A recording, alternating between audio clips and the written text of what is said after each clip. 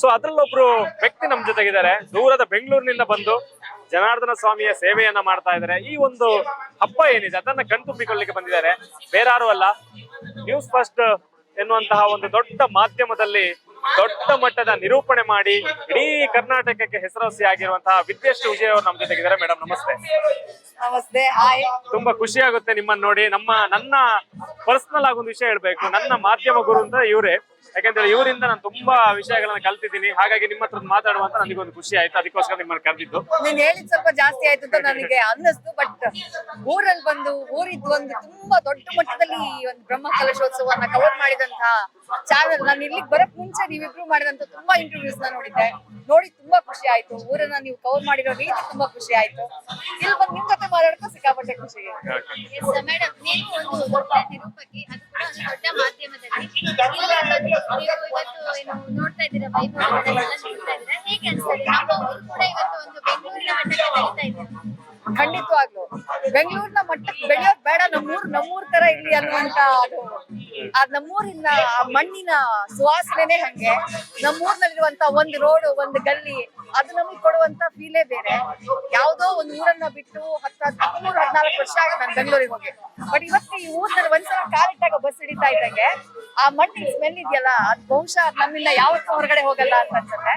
ಆಮೇಲೆ ಈ ಅಷ್ಟಬಂಧ ಬ್ರಹ್ಮ ಕಲಶೋತ್ಸವ 2001ರಲ್ಲಿ ನಾನು ಅವಾಗ may be 7th or 8th standard ಅಲ್ಲಿ ಆ ಟೈಮ್ ನಲ್ಲಿ ಬ್ರಹ್ಮ ಕಲಶೋತ್ಸವ ಆಗಿದ್ದು.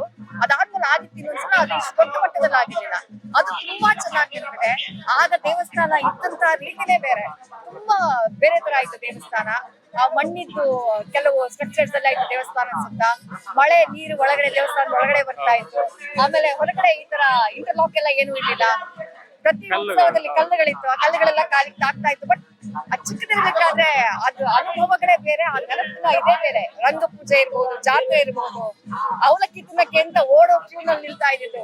ಬಹುಶಃ ಅದೆಲ್ಲ ಯಾವತ್ತಿಗೂ ಮರಿಲಿಕ್ಕಿಲ್ಲ. ಬಟ್ ಇವತ್ತು ಈ ದೇವಸ್ಥಾನ ಬೆಳೆದಿರೋ ರೀತಿ ನೋಡಿದ್ರೆ ನಿಜಕ್ಕೂ ಎಷ್ಟು ಖುಷಿ ಆಗುತ್ತೆ ಅಂತಂದ್ರೆ, ಅಂದ್ರೆ ಇದೊಂದು ಬ್ರಹ್ಮ ಕಲಶ ನಾನು ಮೊನ್ನೆ ಬಂದಾಗಿಂದ ಏನ್ ಅಬ್ಸರ್ವ್ ಮಾಡ್ತಾ ಇದ್ದೀನಿ ಅಂದ್ರೆ, ಇಡೀ ಊರು, ಒಂದ್ ಊರಿನಲ್ಲಿ ಎಂಥ ಶಕ್ತಿ ಇದೆ, ಊರವರಲ್ಲಿ ಎಂಥ ಶಕ್ತಿ ಇದೆ, ಎಂಥ ಒಗ್ಗಟ್ಟನ್ನ ಒಂದು ಕಾರ್ಯಕ್ರಮ ತಂದ್ಕೊಡುತ್ತೆ ಅಂತ ಅನ್ನೋದಕ್ಕೆ ಬಹುಶಃ ಈ ಕಾರ್ಯಕ್ರಮ ಸಾಕ್ಷಿ ಅಂತ ನನಗೆ ಫೀಲ್ ಆಗ್ತಾ ಇದೆ.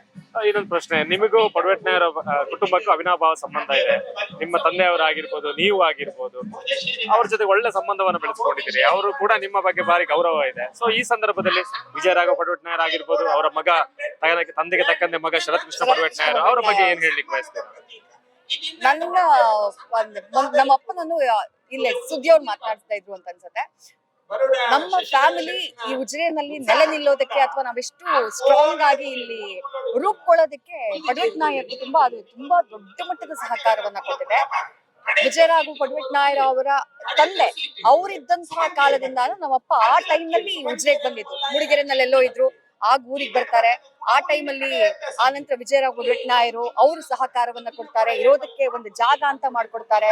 ಅದಾದ ನಂತರ ನಾವು ಮಕ್ಕಳಾದಂತಹ ಟೈಮ್ನಲ್ಲಿ ನಮ್ಮ ಎಜುಕೇಶನ್ಗೆ ಇರಬಹುದು ಅಥವಾ ನಾವು ಏನೇ ಸಾಧನೆ ಮಾಡಿದಂತಹ ಟೈಮ್ನಲ್ಲೂ ಬೆನ್ತಟ್ಟಿ ಕೊಡ್ತಾ ಇದ್ದಂತಹ ಪ್ರೋತ್ಸಾಹ, ಅದನ್ನೆಲ್ಲ ಮರೆಯೋದಕ್ಕೆ ಸಾಧ್ಯ ಇಲ್ಲ. ಎಲ್ಲಕ್ಕಿಂತ ಹೆಚ್ಚಾಗಿ ನಮ್ಮಪ್ಪ ಹುಷಾರಿಲ್ಲ ಅನ್ನುವಂತಹ ಟೈಮ್ನಲ್ಲಿ ವಿಜಯರಾಘವ ಪಡವೆಟ್ನಾಯ ಅವರು, ಶರತ್ ಕೃಷ್ಣ ಪಡವೆಟ್ನಾಯ ಅವರು, ಅವ್ರ ಜೊತೆಗೆ ಇಡೀ ಊರವ್ರು ನಿಂತ್ಬಿಟ್ರು.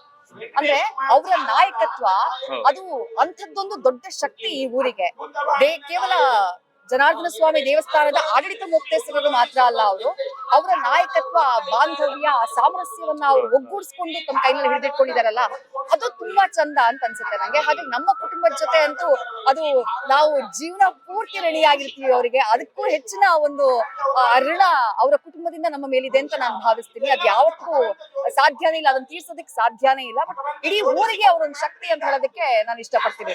ವಿಜಯರಾಘವ ಪಡವೆಟ್ನಾಯರ್ ಇದ್ದಾಗಂತಹ ಕಾಲ ಬಂದು ಅವ್ರ ನಂತರದಲ್ಲಿ ಬಂದಂತಹ ಅವ್ರ ಮಗ ಆ ಶಕ್ತಿನ ಇನ್ನಷ್ಟು ಸ್ಟ್ರಾಂಗ್ ಮಾಡಿದ್ದಾರೆ, ಇನ್ನಷ್ಟು ಸದೃಢಗೊಳಿಸಿದ್ದಾರೆ ಊರನ್ನ ಅಂತಂದ್ರೆ ಬಹುಶಃ ತಪ್ಪಾಗ್ಲಿಕ್ಕಿಲ್ಲ ಅಂತ ಅನ್ಸುತ್ತೆ. ನೀವಾಗ್ಲೇ ಹೇಳ್ತಾ ಇದ್ರಿ, ಅವಲಕ್ಕಿ ತಿನ್ಲಿಕ್ಕೆ ನಿಲ್ತಾ ಇದ್ವಿ, ಇಲ್ಲಿನ ರಥೋತ್ಸವಕ್ಕೆ ಬರ್ತಾ ಇದ್ವಿ, ಬೇರೆ ಬೇರೆ ಪೂಜೆಗಳಿಗೆ ಇಲ್ಲಿ ಬರ್ತಾ ಇದ್ವಿ ಅಂತ. ನಿಮ್ಮ ಎಲ್ಲ ಸಾಧನೆಗಳಿಗೆ ಜನಾರ್ದನ ಸ್ವಾಮಿ ಆಶೀರ್ವಾದವೇ ಮೂಲ ಕಾರಣ ಅಂತ ಹೇಳದೇ ಇರಕ್ ಚಾನ್ಸೇ ಇಲ್ವಲ್ಲ. ಯಾಕಂದ್ರೆ ಒಂದು ಕಾಂಪಿಟಿಷನ್ ಹೋಗ್ಬೇಕು, ಒಂದು ಕಾಂಪಿಟಿಷನ್ ಅಲ್ಲಿ ಗೆದ್ದು ಬರ್ಬೇಕು ಅಥವಾ ಎಲ್ಲೋ ಬೇರೆ ಕಡೆ ಹೋಗ್ಬೇಕು ಅನ್ನೋ ಯಾವುದೇ ಕಾಂಪಿಟಿಷನ್ ಹೋಗ್ಬೇಕು ಅಥವಾ ಬೇರೇನೋ ಎಕ್ಸಾಮ್ ಬರೆಯಕ್ ಹೋಗ್ಬೇಕು ಅಥವಾ ಬೇರೆ ಯಾವ್ದೋ ಕೆಲ್ಸಕ್ಕೆ ಅಪ್ಲೈ ಮಾಡಿದಾಗ ಎಲ್ಲಾ ಟೈಮಲ್ಲಿ ನೆನಪು ಮಾಡ್ಕೊಳ್ಳೋದು ನಾವು ಜನಾರ್ದನ ಸ್ವಾಮಿ ಫಸ್ಟ್ ಬಂದು ಅಪ್ಲಿಕೇಶನ್ ಹಾಕದೆ ಜನಾರ್ದನ ಸ್ವಾಮಿ ಭಗವಂತ ಆಗೋಗ್ಬಿಡ್ಲಿ ಅಂತ. ಅಂದ್ರೆ ಆ ದೇವರ ಆಶೀರ್ವಾದ, ಊರ ದೈವ ಜನಾರ್ದನ, ಅವನ ಆಶೀರ್ವಾದ ಇಲ್ಲದೆ ಬಹುಶಃ ಏನೂ ನಡೆಯಲ್ಲ ಅಂತ ಅನ್ಸುತ್ತೆ. ಆತನ ಆಶೀರ್ವಾದ ಎಲ್ರಿಗೂ ಇದೆ. ಆಮೇಲೆ ಇನ್ನೂ ಒಂದ್ ಹೇಳ್ಬೇಕು, ಉಜಿರೆ ಅನ್ನುವಂತಹ ಸಿಟಿ ನಮಗ್ ಗೊತ್ತಿದೆ. ನಾವು ಸಣ್ಣವರಿದ್ದಾಗ ಈ ಊರು ಇಷ್ಟು ಚಿಕ್ಕದಾಗಿ ಇಷ್ಟು ದೊಡ್ಡದಾಗಿರ್ಲಿಲ್ಲ. ನಮ್ಗೆ ಅಲ್ಲಿ ಕಟ್ಟೆ ಇದೆಯಲ್ಲ, ನಮ್ಮ ಊರಿದು ಮೇನ್ ಕಟ್ಟೆ ಸರ್ಕಲ್ ಇದೆಯಲ್ಲ, ಆ ಸರ್ಕಲ್ ಒಂದ್ ದೊಡ್ಡ ಮರ ಇತ್ತು, ಮರದ ಸುತ್ತ ಒಂದ್ ಕಟ್ಟೆ ಇತ್ತು. ಆಮೇಲೆ ಆ ಕಟ್ಟೆ ತೆಗ್ದ್ರು, ಅಲ್ಲಿ ಬೇರೆನೋ ರೋಡ್ ಮಾಡಿದ್ರು. ಅಂಗಡಿಗಳಿದ್ದು ಒಂದು ಮಂಜುನಾಥ್ ಅವ್ರ ಹೋಟ್ಲು, ಆಮೇಲೆ ಮಹಾಲಕ್ಷ್ಮಿ ಸ್ಟೋರ್ಸ್, ಪ್ರಭಾತ್ ಸ್ಟೋರ್ಸ್, ಇಂಥದೊಂದ್ 3-4 ಅಂಗಡಿಗಳಿತ್ತು. ಸಂಧ್ಯಾ ಥಿಯೇಟರ್ ಇತ್ತು. ಸಂಧ್ಯಾ ಥಿಯೇಟರ್ ಹತ್ರ ಹೋಗಿ ಯಾವ ಪೋಸ್ಟರ್ ಹಾಕಿದ್ದಾರೆ ಅಂತ ನೋಡ್ತಾ ಇದ್ವಿ. ಆಗ ರಿಲೀಸ್ ಆಗಿದ್ದಂತ ಹಬ್ಬ ಸಿನಿಮಾ, ಆ ಹಬ್ಬ ಸಿನಿಮಾಗೆ ಹಳ್ಳಿಯಿಂದ ಇದ್ರಲ್ಲಿ ಆಗ ವ್ಯಾನ್ ಇರ್ತಾ ಇತ್ತು, ಜೀಪು ವ್ಯಾನ್ ಎಲ್ಲ ಇರ್ತಾ ಇತ್ತು ಊರಲ್ಲಿ ಬರ್ತಾ ಇದ್ದಿದ್ ಜನ. ಬಹುಶಃ ಅದೆಲ್ಲ ವೆರಿ ಗುಡ್ ಓಲ್ಡ್ ಮೆಮೊರೀಸ್. ಆಮೇಲೆ ಇಲ್ಲಿ ಒಂದು ಸೈಕಲ್ ಶಾಪ್ ಇರ್ತಾ ಇತ್ತು. ಅವಾಗ ಬಾಡಿಗೆ 2 ರೂಪಾಯಿ, ಗಂಟೆಗೆ 2 ರೂಪಾಯಿ ಸೈಕಲ್. ಆ ಸೈಕಲ್ ತಗೊಂಡು ಇಡೀ ಪೇಟೆ ಸುತ್ತೋದು, ಸಾವಿರ ಮೆಮೊರೀಸ್. ಯಾಕಂದ್ರೆ ಹುಟ್ಟಿ ಬೆಳೆದಿದ್ದು ಜಾಬಿಗೆ ಹೋಗೋ ತನಕ, ಬೆಂಗಳೂರು ಬಿಡೋ ತನಕ ನಾವ್ ಈ ಊರಿನ ಗಲ್ಲಿ ಅಡ್ಡಾಡಿದೀವಿ, ಎಲ್ಲಾನು ನೋಡಿದೀವಿ. ಅದು ನೆನಪುಗಳು ಹೇಳದಷ್ಟು ಮುಗಿಯಲ್ಲ ಅಂತ ಅನ್ಸುತ್ತೆ.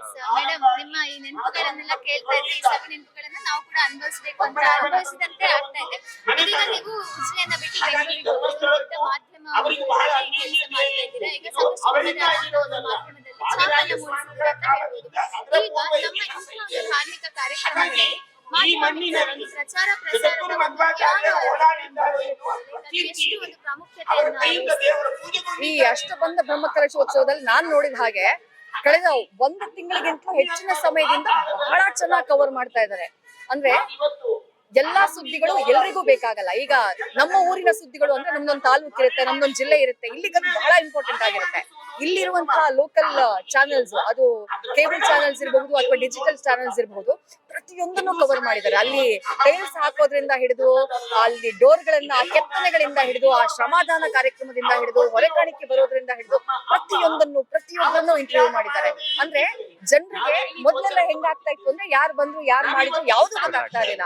ಬಟ್ ಇವತ್ತಿಗೆ ಆ ಡಿಜಿಟಲ್ ಮಾಧ್ಯಮದ ಪ್ರೆಸೆನ್ಸ್ ಅದು ಎಷ್ಟು ಸ್ಟ್ರಾಂಗ್ ಇದೆ ಅಂತಂದ್ರೆ ಬಂದವ್ರಿಗೆ ಎಲ್ಲಾನು ಎಲ್ರಿಗೂ ಗೊತ್ತು. ನಾನ್ ಬಂದಿದ್ದೆ ಲಾಸ್ಟ್ 3 days ಇರ್ಬೇಕಾದ್ರೆ, ಬಟ್ ಬರೋಕ್ ಮುಂಚೆ ಅಷ್ಟನ್ನು ನೋಡ್ಕೊಂಡು ಏನೇನಾಗಿದೆ, ಏನೇನ್ ಮಾಡಿದಾರೆ ಅದನ್ನ ಅಲ್ಲಿ ನಿಂತ್ಕೊಂಡೆ ಆ ಖುಷಿಯನ್ನ ಅನುಭವಿಸ್ಕೊಂಡು, ಇಲ್ಲ ಇನ್ನು ಬರ್ದಿದ್ರೆ ಆಗಲ್ಲ ಅಂತ ಹೇಳಿ ಬಂದಿರೋದು. ಹಂಗಾಗಿ ಡಿಜಿಟಲ್ ಮಾಧ್ಯಮಗಳ ಪ್ರೆಸೆನ್ಸ್ ಅಥವಾ ಈ ಲೋಕಲ್ ಮಾಧ್ಯಮಗಳ ಪ್ರೆಸೆನ್ಸ್ ಇದೆಯಲ್ಲ, ಅದು ತುಂಬಾ ದೊಡ್ಡ ರೋಲ್ ಪ್ಲೇ ಮಾಡುತ್ತೆ ಅಂತ ನಂಗೆ ಅನ್ಸುತ್ತೆ. ಬಂದಿರೋದಕ್ಕೆ ನಿಮಗೆ ದೇವರ ಆಶೀರ್ವಾದವಾಗಿದೆ. ಈ ಒಂದು ನೆನಪುಗಳು ಮತ್ತೆ ನಿಮ್ಮ ಇಡೀ ಜೀವನಕ್ಕೆ ತುಂಬಿಕೊಳ್ಳುವಂತಹ ಕ್ಷಣಗಳು ಸಿಕ್ಕಿದೆ. ಹಾಗಾಗಿ ನಿಮ್ಮ ಜೀವನ ಇನ್ನಷ್ಟು ಯಶಸ್ವಿಯಾಗಲಿ, ಜನಾರ್ದನ ಸ್ವಾಮಿ ಆಶೀರ್ವಾದ ಇರಲಿ. ಬರೀ ಕರ್ನಾಟಕಕ್ಕೆ ಮಾತ್ರ ಅಲ್ಲ, ಇಡೀ ದೇಶಕ್ಕೆ ನಿಮ್ಮ ತಾಕತ್ತೇನಿದೆ, ನಿಮ್ಮ ಒಂದು ಟ್ಯಾಲೆಂಟ್ ಏನಿದೆ ಗೊತ್ತಾಗ್ಲಿ ಅನ್ನುವಂಥ ಈ ಸಂದರ್ಭದಲ್ಲಿ ಪ್ರಾರ್ಥನೆ. Thank you so much. ನಿಮ್ಮ ದೊಡ್ಡ ಮಾತು ನೀವು ಹೇಳ್ತಾ ಇರೋದು ಆಕ್ಚುಲಿ ತುಂಬಾ ದೊಡ್ಡ ಮಾತು. ಆ ತರದ್ದು ತುಂಬಾ ದೊಡ್ಡದಾಗಿ ಅಂತಲ್ಲ, ನಮ್ ಬೇಸ್ ಇದ್ದಿದ್ದೇ ಇಲ್ಲಿ, ಆರಂಭ ಮಾಡಿದ್ದೇನೆ. ನಾನು ಇನ್ನೊಂದು ಹೇಳ್ಬೇಕು, ಆಕ್ಚುಲಿ ಈ ಜರ್ನಲಿಸಂ ಅನ್ನುವಂತ ಹುಚ್ಚು ದೊಡ್ಡ ಮಟ್ಟದಲ್ಲಿ ಬೆಳೆದಿದ್ ಯಾವಾಗ ಅಂತಂದ್ರೆ, ಕಾಲೇಜ್ ನಲ್ಲಿ ನಾವು ಇದ್ರಲ್ಲಿ ಜರ್ನಲಿಸಂ ತಗೊಂಡಿದ್ರು ಕೂಡ ಅಲ್ಲಿಂದ ನಮ್ಗೊಂದು ಕ್ಯಾಮರಾ ಕೊಟ್ಟು ಕಳಿಸ್ತಾ ಇದ್ರು.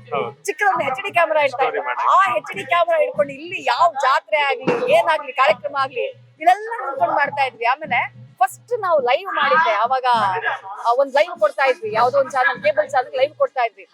SDM ಕಾಲೇಜ್ ಇಂದ ಇಲ್ಲಿ ಲೈವ್ ಮಾಡಿದ್ವಿ. ನಾನೇ ಲೈವ್ ಕೊಟ್ಟಿದ್ದೆ. ನನ್ನ ಲೈಫಿನ ಫಸ್ಟ್ ಲೈವ್ ಅದು ಕಾಲೇಜ್ ನಲ್ಲಿ ಓದ್ತಾ ಇದ್ದಂತ ಟೈಮಲ್ಲಿ. ಅದು ಇದೇ ತರ ಜಾತ್ರೆ ಕಾರ್ಯಕ್ರಮದಲ್ಲಿ. ಸೊ ಅಂತಹ 1000 ಮೆಮೊರೀಸ್ ಇದೆ. ನಮ್ಮ ಜರ್ನಲಿಸಂ ಇದು ಗ್ರೋ ಆಗೋದಕ್ಕೂ ಅಥವಾ ಆಸಕ್ತಿ ಇನ್ನಷ್ಟು ಬೆಳೆಯೋದಕ್ಕೂ ಕೂಡ ಬಹುಶಃ ಈ ತರದ ಕಾರ್ಯಕ್ರಮಗಳು, ಈ ಊರು ಅಂತದ್ದೊಂದು ದೊಡ್ಡ ಬುನಾದಿಯನ್ನ, ಭದ್ರ ಬುನಾದಿಯನ್ನ ಹಾಕೋತಿದೆ ಅಂತ ಹೇಳಿದ್ರೆ ತಪ್ಪಾಗ್ಲಿಕ್ಕಿಲ್ಲ.